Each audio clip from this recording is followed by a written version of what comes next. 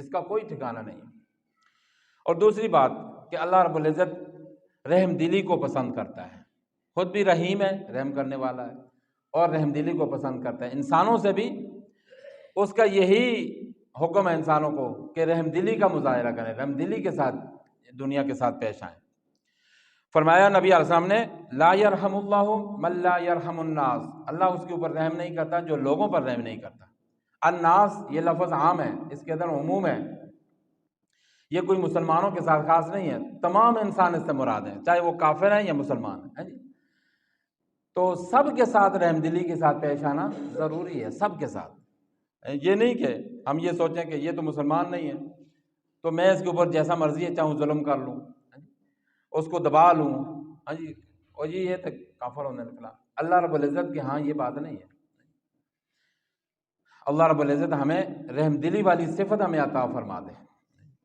اور دوسری حدیث میں اس سے بھی آگے نبی اعظم نے فرمایا کہ الراحمون یرحمہم الرحمن، جو رحم کرنے والے ہیں نا، رحم دلی کرنے والے ہیں، ایسے لوگ یہ سن لیں کہ رحمان ایسے لوگوں کے اوپر رحم کرتا ہے، رحمان ایسے لوگوں کے ساتھ رحم سے پیش آتا ہے، ہاں جی، ان کو اپنی رحمت عطا کرتا ہے۔ لہٰذا فرمایا ارحموا من فی الارض یرحمکم من فی السماء، تم زمین والوں کے اوپر رحم کرو تو آسمان والا تمہارے اوپر رحم کرے گا۔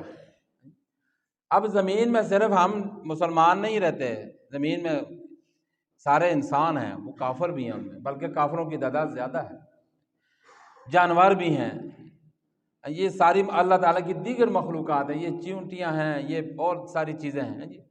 بغیر کسی وجہ کے کسی جانور کو تکلیف دینا بھی جائز نہیں ہے، بچنے کی تاکید ہے، اس سے بچنے کی تاکید ہے۔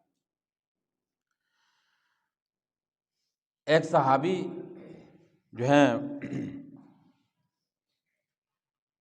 نقل کرتے ہیں یہ واقعہ حضرت ابو ہریرہ رضی اللہ عنہ کہ ایک آدمی چل رہا تھا، سفر میں تھا، اور سفر میں چلتے چلتے اس کو پیاس لگ گئی۔ پرانے زمانے کے سفر تھے، جو اپنے پاس پانی کا ذخیرہ تھا وہ ختم، اب پیاس اور پیدل سفر، تو راستے میں وہ کنواں تلاش کرتے کرتے جا رہا تھا، تو کہیں کسی جگہ اس کو کنویں کے آثار نظر آئے تو وہ اس طرف نکل گیا، دیکھا ایک کنواں تھا، اس کنویں کے پاس پہنچا تو وہاں پر نہ کوئی ڈول نہ کوئی رسی۔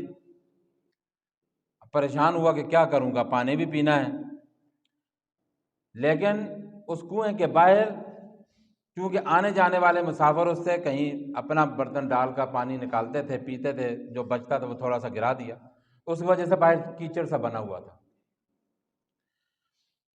تو اور پرانے زمانے کے جو کنویں ہوتے تھے ان کے اندر پتھروں سے دیوار سی بنی ہوتی تھی، پتھروں کے ساتھ۔ اب اس نے کہا کہ اب مجھے نیچے ہی اترنا پڑے گا۔ اس نے پتھروں کو پکڑا، ایسے پکڑ کر نیچے اترا، پانی پی کر بڑی مشقت سے باہر آیا۔ جب باہر آیا تو دیکھا تو ایک کتا جو ہے وہ پیاس کی شدت کی وجہ سے وہ کیچڑ جو ہے نا، اس کیچڑ کو چاٹ رہا ہے، پانی تو نہیں ہے، کیچڑ سا بنا ہوا ہے، کیچڑ کو چاٹ رہا ہے۔ تو اس کو بڑا ہی ترس آیا اس کے اوپر، اس نے کہا جیسے میں انسان ہوں، میرے اندر جان ہے، میں بھی محسوس کرتا ہوں مجھے پیاس لگی ہے، تو اس کتے کو بھی، یہ بھی تو اس کے اندر بھی جان ہے، یہ بھی احساسات جو ہے نا اس کے بھی ہیں، تو یہ بھی تو جو ہے نا کیا کہ اس کو بھی پیاس لگی ہوئی ہے۔ تو اس کو ترس آیا، لیکن اس کے پاس تھا کچھ نہیں۔ اب وہ سوچنے لگا کہ میں کیسے جو ہے نا اس کے لیے پانی نکالوں۔ تو اس کے ذہن میں یہ ترکیب آئی کہ جو میں نے خصے پہنے ہوئے نا، خصا، تو میں کوشش کرتا ہوں اس خصے میں پانی ڈال کر نیچے سے نکال لوں اور اس کتے کے بچوں کو پلا دوں۔ اب وہ پھر دوبارہ سے مشقت کر کے نیچے اترا، نیچے گیا، اس نے خصے میں پانی ڈالا، اوپر آنے کے لیے اب سوچنے لگا کہ اب کیا کروں، ایک ہاتھ خود سے تو باہر نکلا نہیں جاتا۔ اس نے اپنے خصے کو منہ میں پکڑ لیا، منہ میں پکڑ کر وہ پانی بچا کر باہر نکلا اور اس کتے کو پلایا۔